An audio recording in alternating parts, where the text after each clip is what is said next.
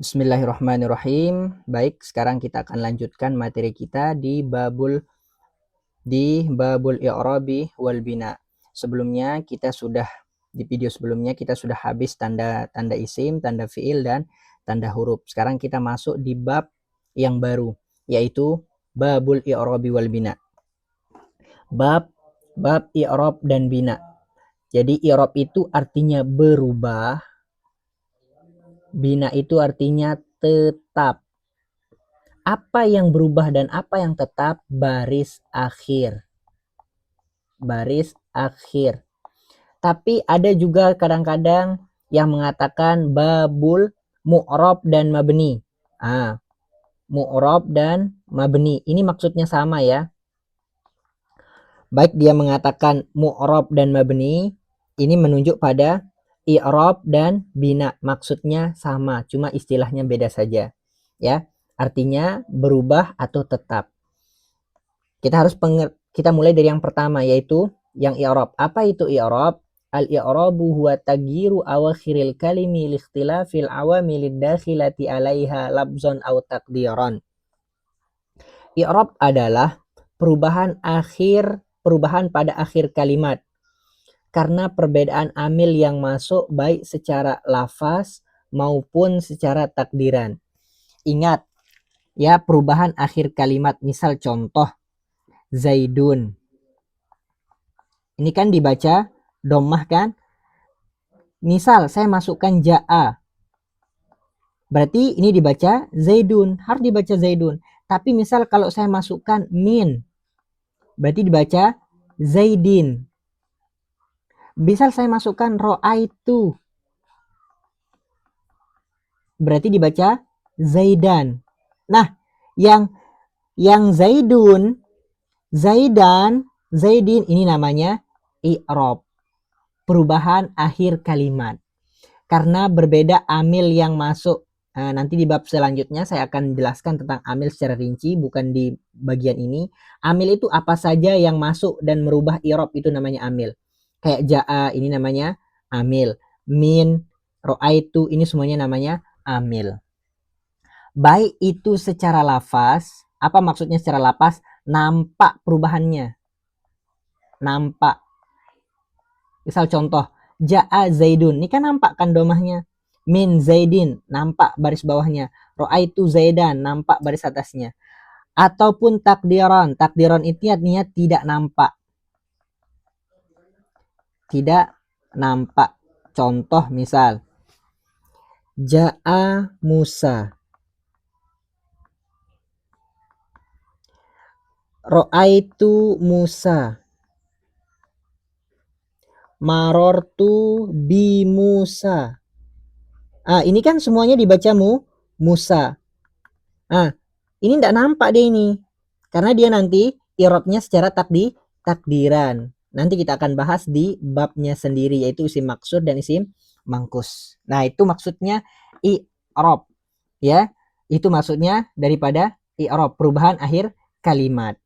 Kemudian, selanjutnya, i'rab itu dibagi menjadi 4. Yang pertama raf'un, yang kedua nasbun, yang ketiga khobdun, yang keempat jazmun. Teman-teman jangan khawatir dan jangan merasa ini bingung. Ini hanya istilah saja. Istilah saja. Kalau kita bahasa Indonesia kan rofa ini artinya baris depan. Nasab ini baris atas. Khofat ini baris bawah. Dan ini baris sukun.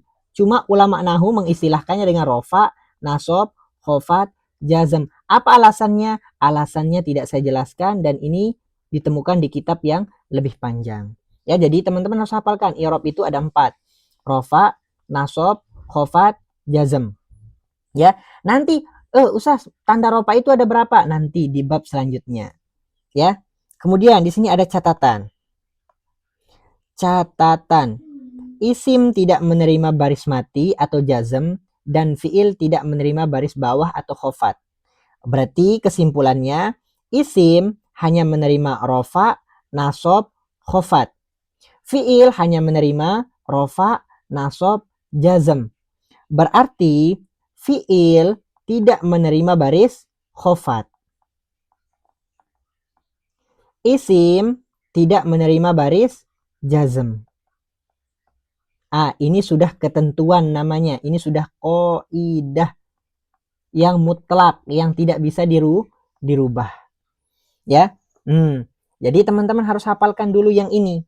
Ya, isim hanya menerima 3 i'rab dan fiil hanya menerima 3 i'rab. Isim tidak menerima i'rab jazm dan fiil tidak menerima i'rab khofat. Mana dalilnya? Dalilnya pada bait Alfiyah bait ke-24 yang mengatakan wal ismu qad husisa bil jari kama qad husisal fi'lu bi ayan jazima wal ismu qad husisa bil jari kama qad husisal fi'lu bi ayan jazima. Nah, ini tentang i'rab atau mu'rab, sama ya. Ini sama istilahnya yang artinya berubah. Teman-teman harus hafalkan dulu. Nanti kita akan tahu tanda-tanda i'rab. Misal, ropa ada berapa tandanya? Ada yang dengan domah, ada dengan waw, ada dengan alif, ada dengan yang lain. Nasab ada dengan alif, ada dengan fathah dan seterusnya. Nanti kita bahas di bab selanjutnya. Selanjutnya, kita langsung bahas satu di sini. Bina. Wal bina'u luzumu akhiril kalimati harokatan wasukunan. Ingat, bina itu sama dengan mabni. Yang artinya tetap. Tidak akan pernah berubah. Apa yang tetap? Baris akhir. Baris akhir. Akhiril kalimati. Baris akhir. Mabni adalah tetapnya baris akhir kalimat dalam keadaan harokat maupun sukun. Mana contohnya? Misal sekarang. Haza. Ini sekalipun dimasuki huruf jar. Misal fi masuk ya. Fi haza. Kira-kira berubah enggak barisnya? Apakah dibaca hazi? Apakah ini dibaca hazi? Tidak kan? Oh, berarti haza ini adalah termasuk isim mabni. Begitu. Ya, contoh yang lain misal haitsu. Haitsu. Kan ada ayat Quran min haitsu la yahtasib. Min ini kan huruf jar. Huruf jar itu membarisbawahkan isim. Tapi kok dibaca haitsu? Ya, oh berarti ini dia mabni. Nah, tetapnya baris akhir inilah yang namanya bina atau mabni. Begitu. Ya. Jadi kita harus tahu nih mana yang termasuk isim mabni dan mana yang termasuk isim mu'rab. Makanya di sini ada bagian kalimat. Kalimat itu kan ada 3. Isim, fiil, dan huruf. Kalimat isim dibagi menjadi 2. Ada yang mu'rab, ada yang mabni. Kemudian, yang mu'rab itu selain yang mabni. Sekali lagi, selain yang mabni. Berarti kuncinya teman-teman hafalkan yang mabni, berarti yang mu'rab itu selain yang mabni. Mana dia yang mabni itu? Ada 8. Jadi ada 8 isim yang tidak akan pernah berubah baris akhirnya. Tetap dibaca demikian. Apapun yang masuk. Ya, kalau sudah tetap dibaca dan tidak akan berubah berarti harus dihafal. Karena dimanapun teman-teman temukan nanti yang 8 ini tetap akan dibaca begitu. Mana dia yang 8 itu? Ya, pertama isim domir. Kedua isim isyarah. Ketiga isim mausul. Keempat isim istifham. Kelima isim syarat. Keenam isim fiil. 7 adat murakkab. 8 sebagian zarab. Kedelapan isim ini hukumnya mabni. Mabni itu artinya tetap. Apa yang tetap? Baris akhir. Karena tetapnya baris akhir dan tidak akan pernah berubah, kuncinya untuk bisa membacanya nanti di kitab harus hafal. Hafal, tidak ada cara lain.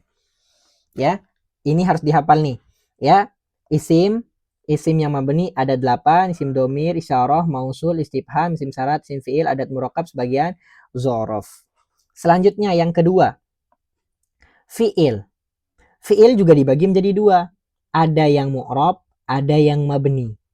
Yang mu'rab itu cuma fi'il mudhari'. Oke.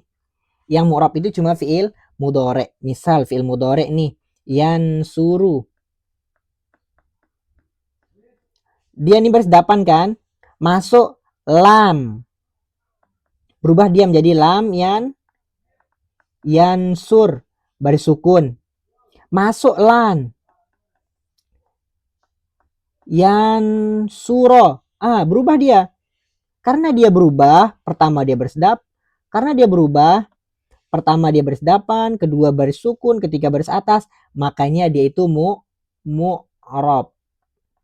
Ingat, mu'rab itu berubah. Apa yang berubah? Baris akhir. Ini kalau pada fi'il mudhari'. Kemudian ada fi'il juga yang mabni. Ada dua, fi'il amr dan fi'il madi. Kalau fi'il amr dengan fi'il madi tetap akan dibaca begitu. Doroba. Tetap akan dibaca fathah. Amr, idrib. Tetap akan dibaca sukun. Dan seterusnya. Ya, jadi teman-teman harus hafalkan dulu. Fi'il itu ada yang mu'rab, ada yang mabni. Yang mu'rab fi'il mudhari', yang mabni fi'il amr dan fi'il madi. Oke, selanjutnya. Yang ketiga, yaitu huruf. Huruf itu selamanya mabni. Selamanya. Jadi tidak akan pernah berubah.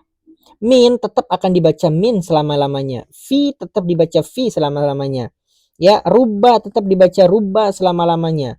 Wa tetap dibaca wa selama-lamanya. Li tetap dibaca li selama-lamanya. Huruf itu hukumnya mabni. Dari mana tahu Ustaz? Dari dalil Alfiyah bait ke-21 yang mengatakan wa kullu harfin mustahiqun lil bina wal aslu fil mabni ayusakkana wa kullu harfin mustahiqun lil bina wal aslu fil mabni ayusakkana. Ini adalah dalil yang menunjukkan bahwa huruf itu mabni. Nah, ini dia bab tentang i'rab dan bina atau bab tentang mu'rab dan mabni. Nah, jadi teman-teman harus hafal ini. Harus hafal ya. Intinya di bab ini adalah teman-teman harus hafal definisi i'rab, pembagian i'rab, isim menerima berapa i'rab, fi'il menerima berapa i'rab, mana dalilnya, kemudian definisi mabni, kemudian kalimat isim mana yang mu'rab, mana yang mabni, fi'il mana yang mu'rab, mana yang mabni, huruf itu selamanya mabni, datangkan dalilnya yang ini. Nah, pertanyaannya, kalau fi'il kan sudah jelas nih, yang mu'rab itu fi'il mudhari', yang mabni itu fi'il madi dan fi'il amr. Sekarang isim nih, isim. Kalau mau mengetahui yang mu'rab berarti harus tahu yang mabni. Berarti selain daripada mabni ini hukumnya mu'rab. Nah, inilah yang akan dijabarkan di bab selanjutnya. Mana isim yang 8 ini yang tidak akan pernah berubah ketika kita menemukan di kitab, dan solusi satu-satunya untuk mengetahuinya harus hafal. Ya, insya Allah besok kita akan lanjutkan di materi perincian isim-isim mabni. Ya, silahkan teman-teman catat dan hafalkan materi di pertemuan kita yang sekarang ini. Barakallahu fikum.